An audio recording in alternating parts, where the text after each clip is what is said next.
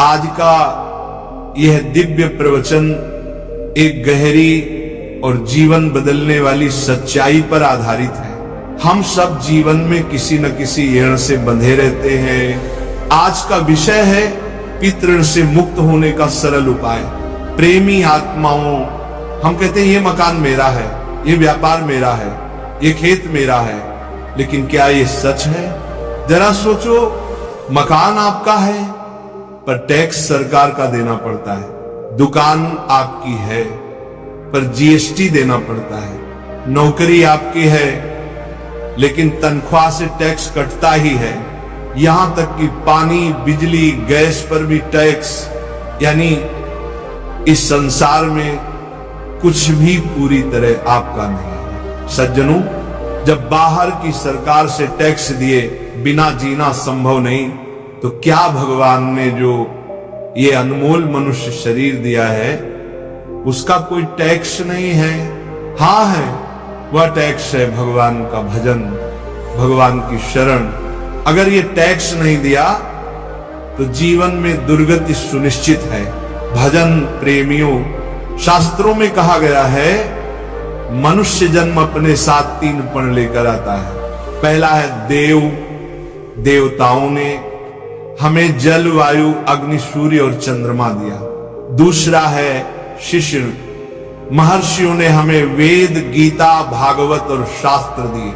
तीसरा है पितृण, हमारे माता पिता और पूर्वजों ने हमें जन्म दिया, पालन पोषण किया। और सबसे बड़ा हण है भगवद हण।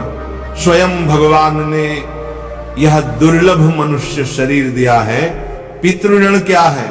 प्यारे भक्तों, हमारे पितरों ने हमें यह शरीर दिया, उनकी मेहनत, उनका त्याग, उनकी कमाई, उनके संस्कार, यही विरासत हमें मिली। अब अगर हम पितरों का अन्न नहीं चुकाएंगे तो वे असंतुष्ट रहते हैं। शास्त्र कहते हैं पितर तृप्त ना हो तो साधक की उन्नति रुक जाती है। अब सुनिए, एक अद्भुत कथा महाभारत में आता है। एक महान ब्रह्मर्षि हुए जरत्कर ऋषि। उन्होंने जीवन भर तपस्या की, विवाह नहीं किया। एक दिन भ्रमण करते करते उन्हें आवाज सुनाई दी, बचाओ, हमारी रक्षा करो। वे दौड़े, देखा कुएं में उनके बहुत से पितर उल्टे लटके हुए हैं। सिर्फ एक पतला सा तंतु उन्हें थामे है और उस तंतु को 2 चूहे काट रहे थे, एक काला और एक सफेद। उन्होंने पूछा, आप कौन हैं? पितर बोले, हम तुम्हारे पूर्वज हैं, ये काला और सफेद चूहा रात और दिन है, ये तुम्हारी आयु काट रहे हैं। अब अगर तुम विवाह नहीं करोगे तो हमारा वंश नष्ट हो जाएगा, हम सब अधर्म में लटके रहेंगे। तद्द्रवित हो गए। उन्होंने निश्चय किया कि पितरों के उद्धार के लिए विवाह करेंगे। सिन शर्त रखी, पत्नी उनसे भरण पोषण न मांगे, कभी प्रश्न न पूछे और कुल की रक्षा करे। तभी वासुकी नाग अपनी बहन जगतकरु को लेकर आए, विवाह हुआ। एक दिन संध्या का समय था, तश सो गए थे।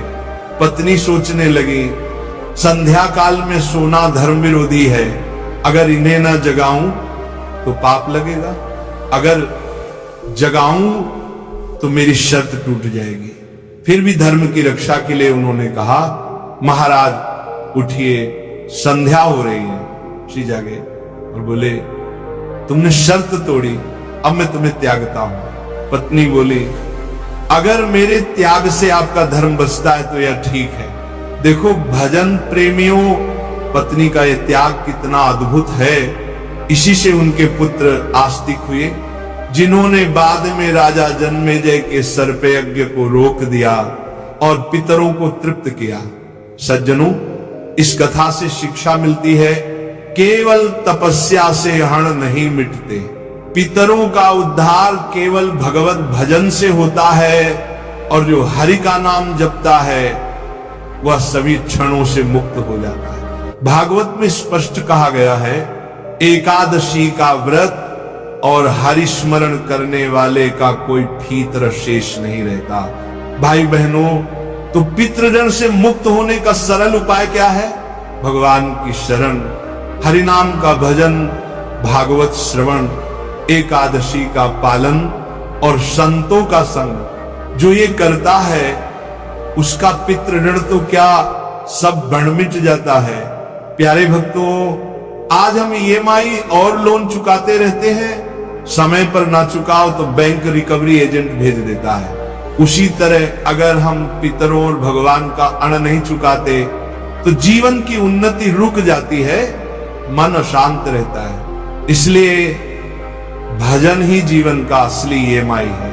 संत लोग कहते हैं, बिजली का बिल ना भरो तो कनेक्शन कट जाता है, मोबाइल का रिचार्ज ना करो तो इनकमिंग भी बंद हो जाती है, और भगवान का नाम न लो तो भव सागर में नेटवर्क ही बंद हो जाता है। प्रेमी आत्माओं, पितृऋण से मुक्त होना है तो भजन करना ही पड़ेगा।